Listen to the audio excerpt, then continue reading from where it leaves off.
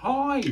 So, going back to basics, remember we did a nice easy 4/4 pattern, a nice 8 notes on the hi-hat and 2 and 4 on the snare drum, 1 and 3 on the bass drum. We then jazzed it up a bit by moving where the bass drum was. Well, now we're going to add 16th notes to our hi-hat. Now 16th notes go in between the 8th note.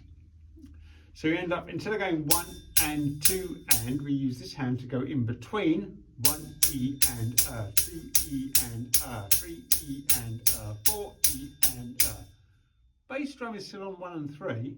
1 E and 2 E and 3 E and 4 E and but you're going to have to move your hand off of the hi-hat to hit the snare on number 2 and 4, which means we lose one of the hi-hats. 1 E and 2 E and 3 E and 4 E and If I speed it up, this makes a lot more sense. I'll just play it so you can see how the pattern sounds.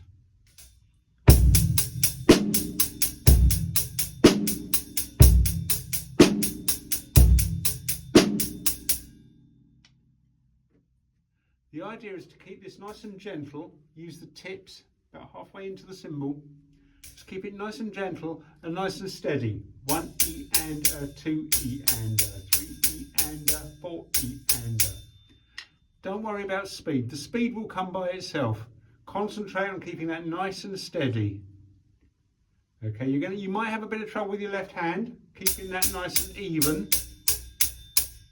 But with practice that'll come, and it'll eventually feel quite natural.